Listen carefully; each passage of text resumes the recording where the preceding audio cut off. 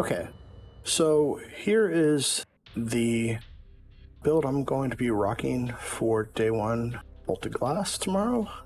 I'm going to be using the Stasis Warlock. Basically, I want to make sure I have the Glacier Grenades for protection, mainly, in case I need to throw up a wall against me in the ads if I'm about to die. A big part of this is, of course, the Ice Flare Bolts to keep chaining the freezing over and over. But the Bleak Watchers, this is the main reason I'm going to be running this build.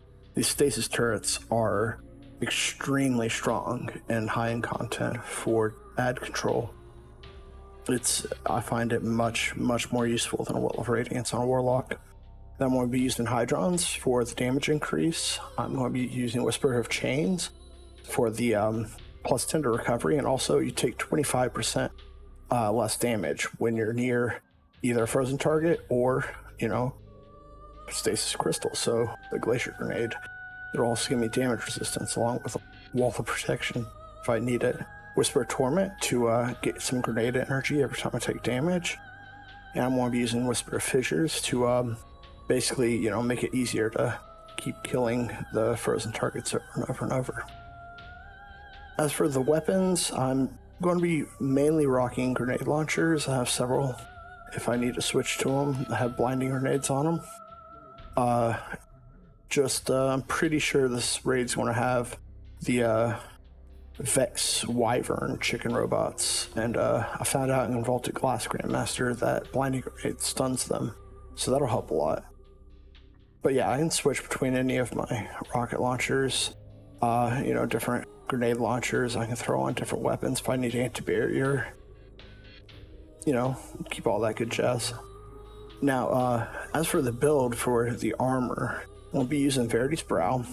Basically, this, every stack, it stacks up to 5. I'm not worried about the increased damage, but it increases your grenade charge rate by 20% for each stack. So you get up to 5 stacks, it's 100% grenade recharge rate. You can keep getting your grenades back faster and faster. And another thing, I'm pretty sure we have another Warlock on the team who's going to be running Stasis, and I'm going to encourage them to wear this also, because if you have Death Throws procced and you throw your grenade, then nearby allies gain greatly increased grenade regeneration. And it's such a huge buff to their grenade regeneration that if we keep it procced and keep throwing the Stasis turrets, then we can have pretty much an infinite amount of them to throw out on the field. On my gloves, I'm going to be rocking, I have Overload, SMG if I need it. If I need to switch to Anti-Barrier Scout or Auto Rifle, I can.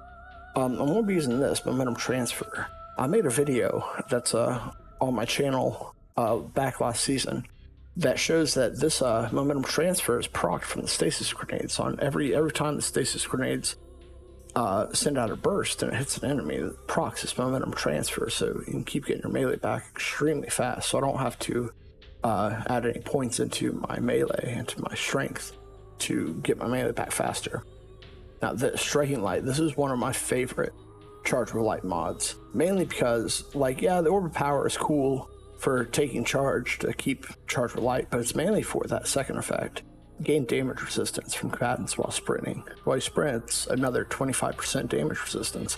This has saved my life more than even Protective Light has in Grandmaster content. My chest piece, I'm using Void on purpose, because Vex mostly do solar damage and void damage. The Hobgoblins, a lot of time, their rivals shoot solar, and the snipers shoot solar. But what I'm worried about, I want this void resistance, is for the chicken robots and the Minotaurs. Their attacks on Vex are void most of the time. I'm pretty sure every attack the robot chicken wyverns have is void. And this is going to help keep me alive from that, which, they're so strong. It will be 20 levels under that. Who knows how much it will help, but it should help a little bit. Concussive Dampener, I always try to have one of these on. It's just great in general, but if I need, if I keep getting sniped by the solar snipers, I'll just swap on a sniper damage resistance. It works at anything past 30 meters. If the enemy's attacking you, it'll 25% damage resistance from any of their effects. Then, of course, Protective Light. Keep that on always. Just that shield breaks. It's great. Enough protection to help you get in cover. On my boots, I'm going to be rocking you know, some discipline mods. Of course, Rocket Launcher Scavenger. If I switch to Anarchy, I'll probably put on the Grenade Scavenger. Global Reach. And then on my class piece, right here, Breach and Clear. Amazing, amazing mod. Worth every bit of the energy it costs. It's pretty much Oppressive Darkness for the enemies you need it against. And this will help us take down the champions and the chickens and the boss as quick as possible. And then this one, Hammer of the Warmind. Yeah, it disrupts and it stuns the champions, but I'm not using it for the disruption of the overload champions, if there are any. I'm mainly using it for, if you notice, it says their ability energy regeneration is lowered and their damage output is lowered. Anything that is affected by disruption does around 40% less damage to you.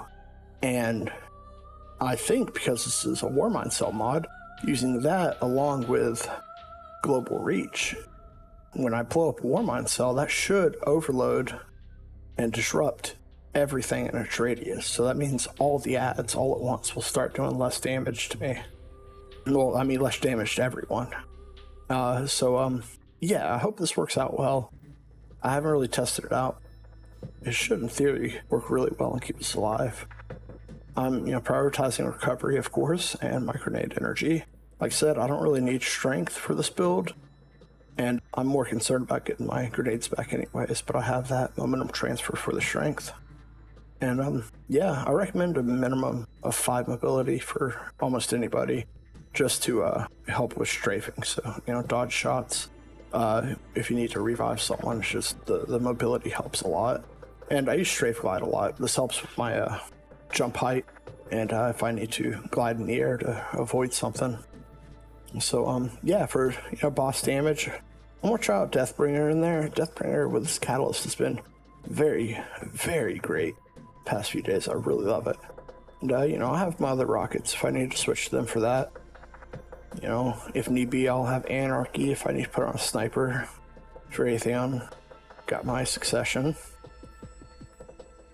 And yeah, pretty much. Let me show off the build real quick. Get one of these up there. Waste that.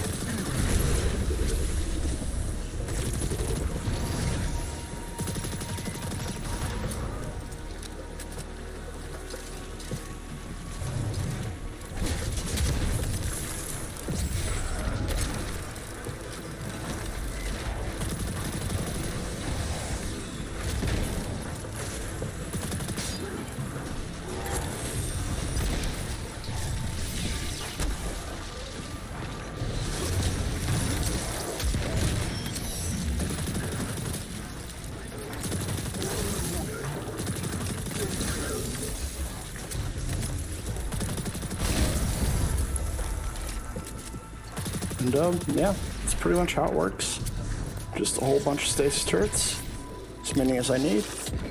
And yeah, hopefully this works out great. And to anyone else doing day 1 Vault of Glass tomorrow, good luck. Hope you get it.